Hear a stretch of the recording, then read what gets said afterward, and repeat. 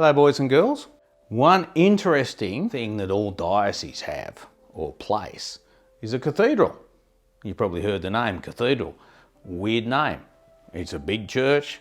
Why is it called a cathedral? Other churches aren't called cathedrals. Cathedral, funny name, isn't it? Every diocese has one cathedral. And why do we call it a cathedral? Well, it comes from the Greek word for chair, which is cathedra. Cathedra means chair, a chair. And back in the Old Testament times, in the Jewish synagogues, the rabbi, when he was going to teach, would sit in the chair of Moses, the special chair. And that's when the rabbi would teach the people from the chair. So bishops, because you remember, one of the things the bishops are supposed to do and are called to do is to teach. So the bishop, like the rabbis, and we go back, they sit in a special chair called a cathedra. So the special church that is the bishop's church, where the cathedra is the big chair, where the bishop teaches from, symbolising his teaching ministry, is called a cathedral. So for our diocese, usually in a big city or a big town, in our diocese, the cathedral's in Broken Hill. And it's called Sacred Heart Cathedral. And if you go to Sacred Heart Cathedral, you'll see the bishop's chair, the bishop's cathedra. There's a beautiful big chair, you can sit there. It's even got little roof covering it. Because it's special, it symbolises that this has a bishop. This is the bishop's church. And if you go to that cathedral, it's beautiful. It's got marble and really beautiful stained glass windows. It's pretty flash. So usually cathedrals are some of the nicest churches in the diocese, and they're big ones. So you can have special diocesan events like ordination, when young men are ordained to become a deacon or a priest.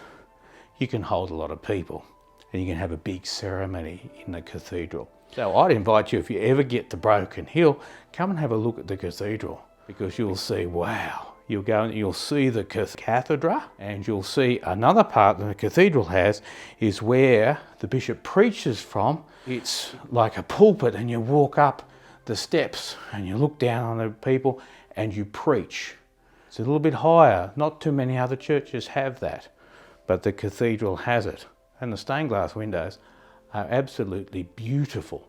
So if you ever get a chance to go to Broken Hill, pop in and have a look at Sacred Heart Cathedral, and you'll know that a cathedral means it's a special church with the chair of the bishop. The Pope, Pope Francis, we know he's a pope, looks after the whole church. But did you know that a pope starts off being a priest, just being a priest?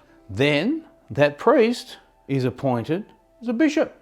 Then that bishop is then appointed to be a cardinal. That's the next one up. And then from the cardinals, he appointed to be a pope. And the pope, even though he's a pope and he was a cardinal, he's always a bishop. The current pope, Pope Francis, was the Archbishop of Buenos Aires in Argentina. And when he was made a pope, he no longer was the Archbishop of Buenos Aires. He became bishop of another diocese. And that diocese, I'm sure you know it, it's the Diocese of Rome. So every pope is the bishop of the Diocese of Rome. Every one. So the pope, even though he's a pope, looks after the whole church, he's the bishop of the Diocese of Rome, and I am the bishop of Wilcannia-Forbes. So we can meet together as brother bishops. Even though he's also the Pope, my boss, he is also my brother bishop. A lot of times people don't realise that. So the Pope started off being a priest, and a bishop, and then he went up, was elected Pope. Maybe one day Bishop Columba, I could be. If God wanted me to be, I could be the Pope too. But it's not up to me. Every bishop has that opportunity. If God wants them, they could be the Pope too. Now, the Pope is the Bishop of Rome. And of course, as a bishop, you know that the Diocese of Rome would have a cathedral where his special chair is. Now, if I ask most people where the Pope's cathedral is, they say St. Peter's in the Vatican City. Wrong. That's not his cathedral. It's not the Cathedral of Rome. The Cathedral of Rome is called St. John Lateran. It's the name of the cathedral. That's where the Pope's cathedra is located, not in St. Peter's in the Vatican City. So that's one you can ask your parents. I bet they all say, oh, I mean St. Peter's. No, no, no. The Pope's cathedral is in St. John Lateran. And boys and girls, another interesting fact about the cathedral is that the bishops of a diocese, mostly traditionally, are buried in the cathedral. Now, I'm the 7th bishop of the Diocese of Wilcannia-Forbes. Okay, so 6 bishops before me. The diocese was founded in 1887. When it was founded then, they had a little church that's in Broken Hill. That was the original cathedral, and then the one we've got now, the Sacred Heart Cathedral, was built in 1905. So she's pretty old, okay? And if you go in around the altar of the cathedral, you can see the coats of arms of bishops on the floor, because they were buried under the front of the church. And a coat of arms is a special symbol that each bishop has. It's always different, but if you can see the coat of arms, in the old days it was like a signature. You'd know, oh, well, that's Bishop Columba, because his little picture is only for me. No one in the world's got the same picture as me. So I'm sure you will find a little picture of the bishop's coat of arms. And the diocese has a coat of arms as well. And if you look at the diocesan coat of arms, it's got things like a shovel and a pick, because there's mining in the diocese. It's got a sheaf of wheat, because there's farms in the diocese, and it has rivers, because there's rivers in the diocese. And sometimes you'll see the diocesan coat of arms joined with my personal coat of arms together. And that says that Bishop Columba is the bishop of the Diocese of Wilcannia-Forbes. So if you go to the cathedral, you'll see the coat of arms of the bishops that have died, and you'll see the coat of arms of the 6 bishops that were there before me. And when I move on and hopefully go to heaven, my coat of arms will be down on the floor of the cathedral. At the moment, they're at the back of the cathedra, my special chair. So if you go and look at the cathedra, you'll see the coat of arms behind the cathedra.